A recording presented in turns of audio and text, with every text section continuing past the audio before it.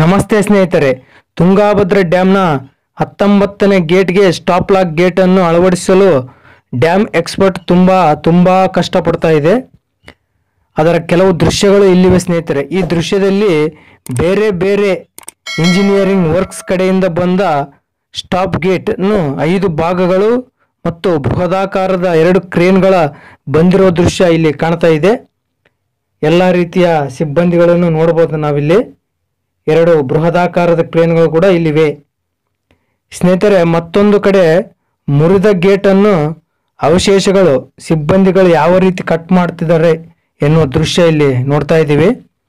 ಈ ಚೈನ್ನ ಉಳಿದ ಭಾಗಗಳು, ಗೇಟ್ನ ಉಳಿದ ಭಾಗಗಳನ್ನು ಕಟ್ ಮಾಡುವ ದೃಶ್ಯಗಳು ಈ ದೃಶ್ಯದಲ್ಲಿ ಕಾಣ್ತಾ ಇದೆ.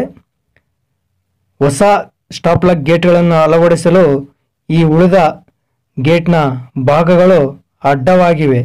ಆದ ಕಾರಣ ಈ ಭಾಗಗಳನ್ನು ತೊಲಗಿಸಲು ತುಂಬ ಕಷ್ಟಪಡ್ತಾ ಇದ್ದಾರೆ ಅಂತಲೇ ಹೇಳಬೇಕು. ಇವರ ಕಷ್ಟ ವೃಥಾ ಆಗುವುದಿಲ್ಲ ಅಂತಲೇ ತಿಳ್ಕೊಳ್ಬೇಕಾಗಿದೆ. ನೀರಿನ ರಭಸ ಭಾರಿ ಪ್ರಮಾಣದಲ್ಲಿದ್ದರೂ ಕೂಡ ಇವರು ಅದಕ್ಕೆ ಅಂಜದೆ ಆ ಉಳಿದ ಅವಶೇಷಗಳನ್ನು ಕಟ್ ಮಾಡುವ ದೃಶ್ಯ ನೋಡಿ. ಇದು ಕೇವಲ ಕೆಲವರ ನಿರ್ಲಕ್ಷ್ಯದಿಂದ ಈ ಸ್ಥಿತಿಗೆ ಬಂದಿದೆ ಅಂತಲೇ ಹೇಳಬೇಕು. ಇವರಿಗೆ ಧನ್ಯವಾದಗಳನ್ನು ಮಾತ್ರ ತಿಳಿಸ್ಬೇಕು ಗೆಳೆಯರೆ.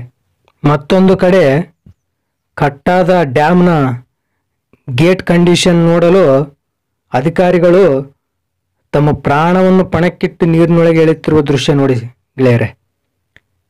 ಇಂಥ ಸಾಹಸವನ್ನು ಕೇವಲ ಈ ಸುತ್ತಮುತ್ತಲಿನ ರೈತರಿಗಾಗಿ ಈ ಸಿಬ್ಬಂದಿಗಳು ಮಾಡ್ತಾ ಇದ್ದಾರೆ. ಇದು ಕೇವಲ ಕೆಲವು ಅಧಿಕಾರಿಗಳ ನಿರ್ಲಕ್ಷ್ಯದಿಂದ ಮಾತ್ರ ಈ ಸ್ಥಿತಿಗೆ ಡ್ಯಾಮ್ ಬಂದಿದೆ ಅಂತಲೇ ಹೇಳಬೇಕು. ನೋಡಿ, ಅವರು ತಮ್ಮ ಪ್ರಾಣವನ್ನು ಪಣಕ್ಕಿಟ್ಟು ಯಾವ ರೀತಿ ಗೇಟ್ನ ಕಂಡೀಷನ್ ವೀಕ್ಷಿಸಲು ನೋಡ್ತಾ ಇದ್ದಾರೆ.